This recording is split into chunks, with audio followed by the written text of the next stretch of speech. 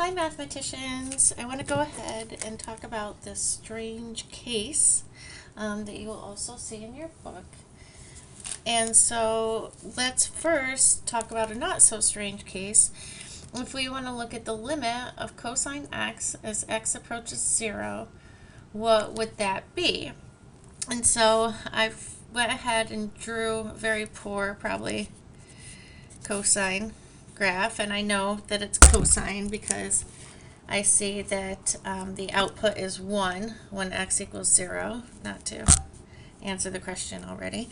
But so they're looking at the limit, so we're going to look at what is happening as x approaches 0. So we're approaching the y-axis here is where x equals 0. What is happening to the output? And we see that truly from both sides we are getting closer and closer to that value, that output of 1.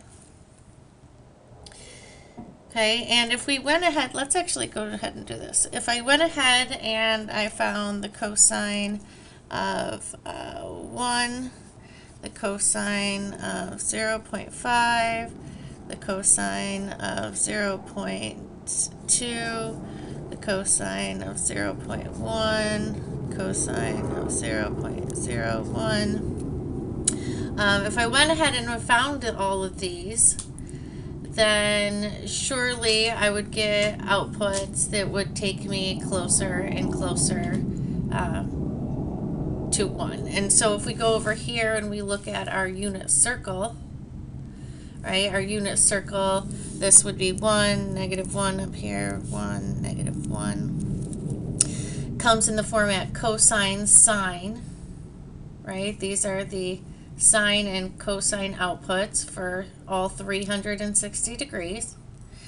And so as we get closer and closer to our angle of 0 degrees,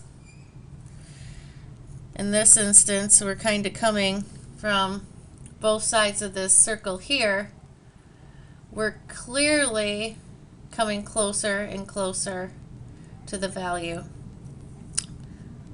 of 1. Okay, but actually let me do a couple of these. We'll do a couple of these. Sometimes I don't like to do the computation and I leave it to you, but okay, so I went ahead, I turned my phone sideways. If you don't know that trick, you'll get scientific on this side. And so let's calculate a couple of these things. So I think I hit 1 cosine. There we go. And so we get 0.999847. And then let's do 0.5 cosine. A little bit closer to 1, right? More 9s, 4 9s this time. I'm going to clear that. I'm going to do 0.2 cosine. 1, 2, 3, 4, 5. 5 9s this time. 0.1, 2, 3, 4, 5. Let's do 0.1 cosine. 1, 2, 3, 4, 5. Oh, still 5.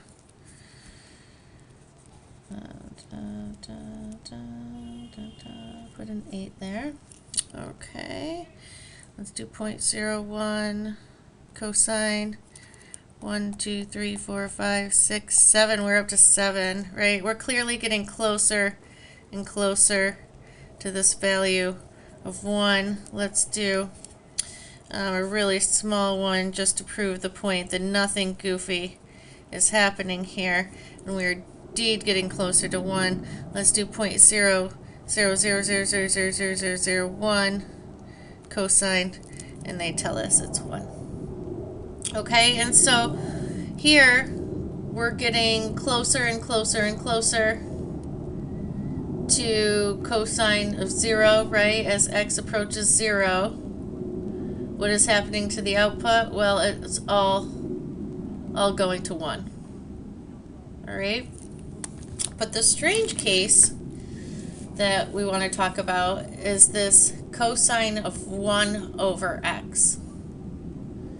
All right, so let's think about what does this 1 over x mean?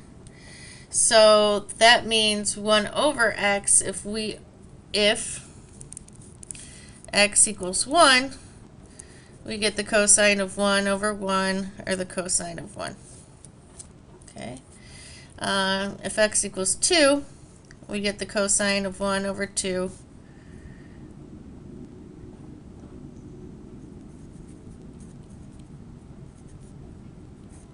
Or, sorry, 0.5. Let's do x equals 3, cosine 1 over 3. Cosine 0.333. Okay, so as x gets bigger, in this direction, we're taking a cosine of a smaller and smaller number, right? Imagine x equals 500. We're now doing the cosine of 1 over 500. What is that? The cosine of 0.002, maybe? Check my math there. Okay, and so let's go ahead and draw a graph here. And we'll just make this x equals 1, 2, 3, 4, blah, blah, blah, blah, blah. And it looks like our output is going to be getting closer and closer to 1, right? Because we're getting closer and closer to the cosine of 0. But what happens when x is very small? So if x equals 0.5, now we have the cosine of 1 over 0.5, which is equivalent to the cosine of 1 over 1/2, which equals the cosine of 2. If x equals 0.1, we get the cosine of 1 over 0.1, which equals the cosine of 10. If I do the x equals 0.01, cosine of 1 over 0.01, bad form to put a decimal inside your fraction, but I'm okay with it. I don't know, it helps me process what's going on here, okay? So that's going to be the cosine of 100. Right, these values are getting bigger and bigger, right? And so if we go ahead, I'm going to switch over. Oh, I can't switch over to that right now, but that's okay.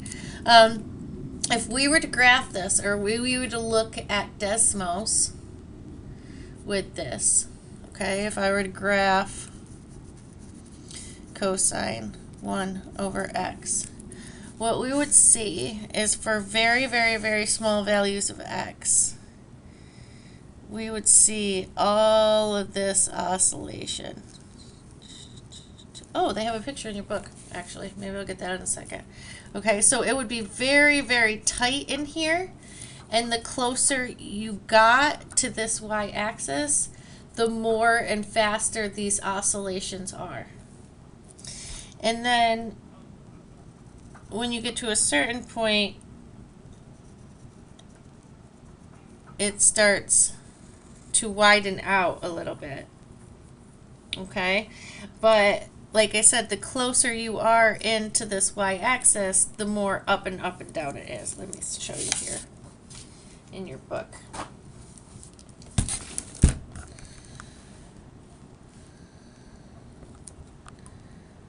So when I start looking at the outputs, as the input gets closer and closer to 0,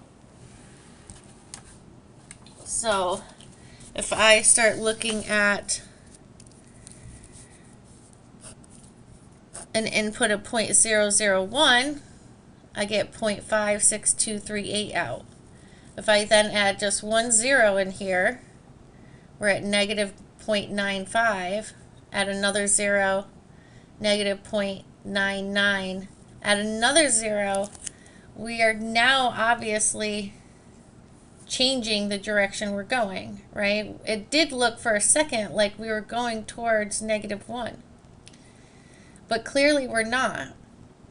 Add another 0, we're negative 0.9. At another 0, we're negative 0.36.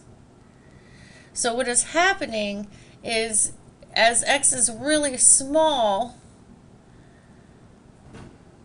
right, and gets closer and closer to 0, we're oscillating up and down faster and faster. I'm going to write that word down. Oscillating up and down faster and faster. Okay, so why are we talking about this? Well, I just want to show you, and in your homework, they're going to talk about some of these strange cases where as you approach some value of some function, you are not going to get closer and closer to one specific output.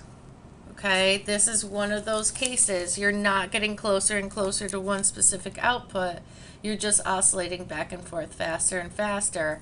So we say that the limit as x approaches 0 of cosine of 1 over x does not exist.